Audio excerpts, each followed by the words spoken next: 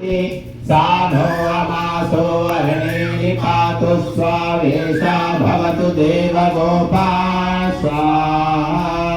ॐ विषेत्वोर्जे त्वावायवस्पदेवो वः सविता प्राप्यतु श्रेष्ठतमाय कर्मण आप्यायध्वमज्ञा इन्द्राय भागं प्रजावतीरनमेवा अयक्ष्मामावस्तेन ईशत माघशंसो ध्रुवा अस्मिन् गोपतौ स्याता बह्वीर्यजमानस्य पशून् पाहि स्वाहा। ॐ मानो भद्राः हृदवो यन्तु विश्वतो दग्धासो अपरीतास उद्भिदः देवानो यथा सतमिद्गृधे असन्नप्रायुवो रक्षितारो दिवे दिवे।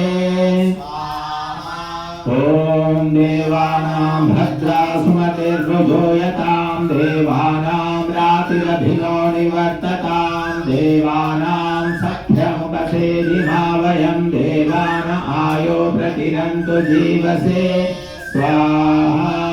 ॐ तमीशानं जगतस्तस्फुषस्पतिं धियं जिन्वमवसे होमहे वयम् पूषानो यथा वेदसामसद्गृधे रक्षिता वायुरदभ्यः स्वस्तये।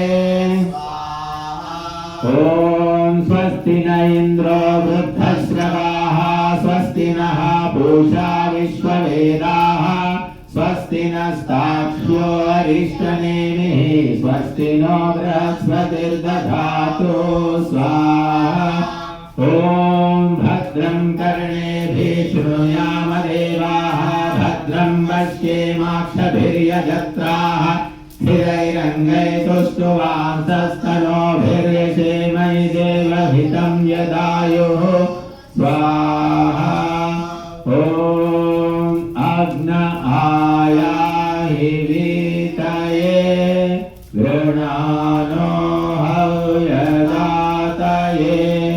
मिहोता सत्सिवरिषि स्वाहा। ॐ त्वमग्ने यज्ञानां होता विश्वेषां हितः देवेभिर्मानुषे जने स्वाहा। ॐ ये त्रिसप्ताः पर्यन्ति विश्वारूपाणि बिभ्रतः वाचस्पतिर्बला तेषां तन्वो अद्य ददातु मे स्वाहा इति स्वस्ति वाचनम्।